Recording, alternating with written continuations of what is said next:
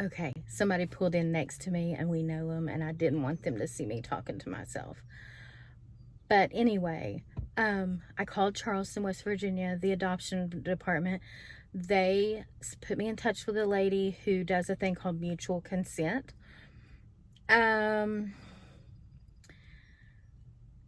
So she says, well, give me your name before any marriages. So I gave her my name before any marriages. She couldn't find me. She said, well, do you know what your name was before the adoption? Well, now I do, because, you know, I was told last night. So I tell her, and she says, oh, there you are. I was like, my heart dropped to my toes. And so, you know, I had told her that I had done the 23andMe and Ancestry and had spoken to a woman who I thought was my birth mother.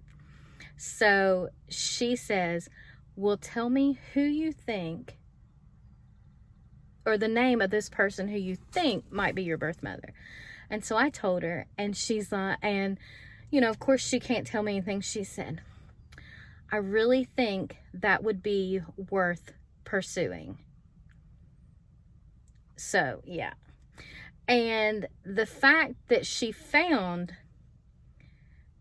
the pre-adopted name and found this information underneath that, yeah, I mean, it's a no-brainer. So, yeah, so the person who called me last night is my birth mother. It is so hard to wrap my head around that. So hard. I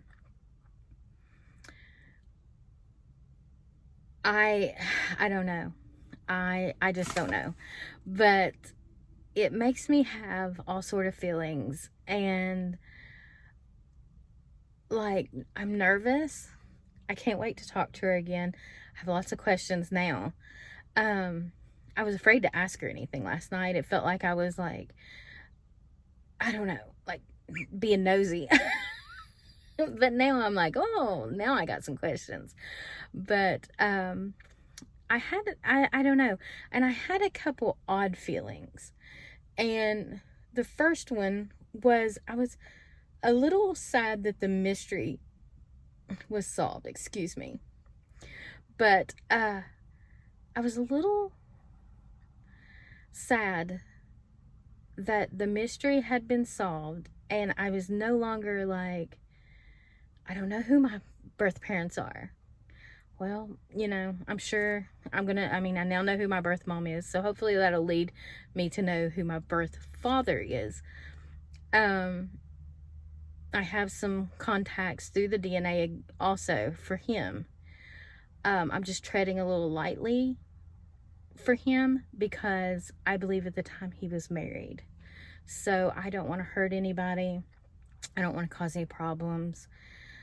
So, you know, I want to talk to her about that before I go any further with it.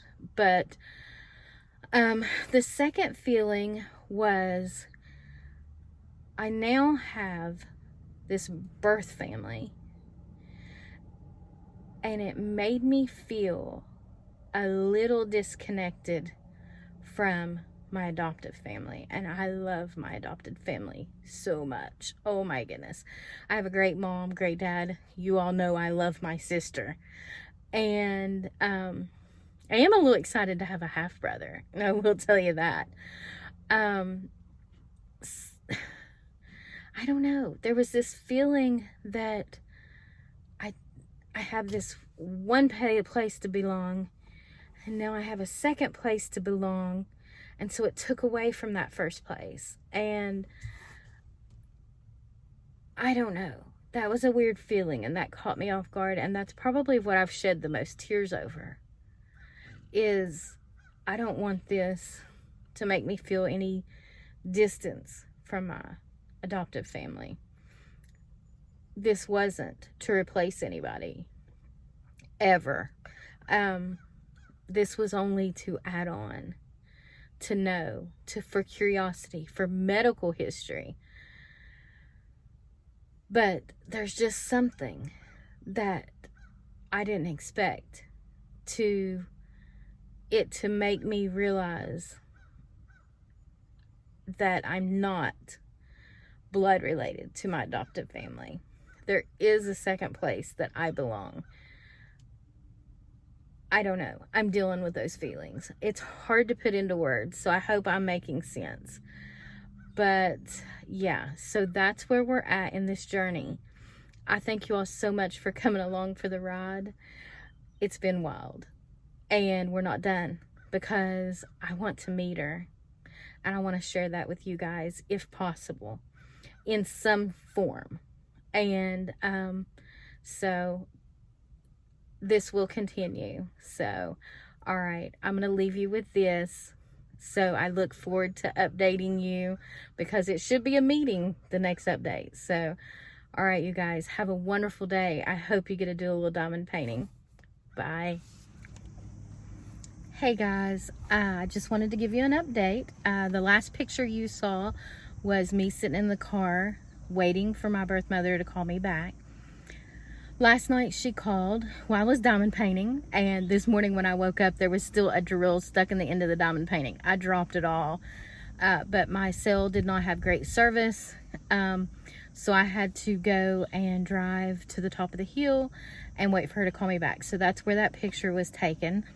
I'm not sure why I didn't film a video. I think I was just like all caught up in the moment. Yeah, so I was really nervous. It was really neat to hear her voice. We started talking, and she, you know, neither one of us knew what to say, how much to share, you know. There was still that little bit of, I want her to tell me something that makes me realize it's her, and that I'm not being scammed. You know, all those, like, I guess, worst case scenarios and things. So, I made the mistake of saying, and this would have sealed it, if I would have just not said this, and said, you know, my foster parents called me this name, because she had said, I got to name you, I got to hold you, I got to spend time with you, you know, and her saying this and me still not thinking it's definitely me. But I said to her, I wish I would have said, what did you name me? But instead I said, oh, well, my foster parents called me this. And she's like, that's what I named you. And it still did not, I was like, why didn't I let her tell me that? That would have made me feel better. And so we talked, and she said she had a son that didn't know I existed. So that would be, you know, something I wanted her to tread lightly on, because I don't want to hurt anybody in any of this. It's very important to me that it doesn't cause problems. And so she seemed like she, you know, she wanted to tell him and was going to tell him. And I said, well, let's do the 23andMe or Ancestry, whichever one you want, and we'll go from there. So we got off the phone with the idea that she was going to do that. She promised she wouldn't leave me hanging. She would call me as soon as she knew, because I know that last clip of I was getting pretty anxious and getting a little tired of waiting. But she promised me she would get back to me and do it in a timely manner, and, you know, so we can figure this out. Well, so I don't know how in the world I went to bed last night. I have no idea. But here's the thing. She told me her first name. She told me what my last name would have been if I was to look for a birth certificate in the town I was born. I didn't think it would be there. Usually they seal those. Anyway, so I knew what her name was. So I immediately, of course, go into Facebook Detective, and I find her on Facebook, and I think I found her son. And so that was very interesting. But now I got up this morning, and I called Charleston, West Virginia, because that's the whole state that everything took place in. And just a moment.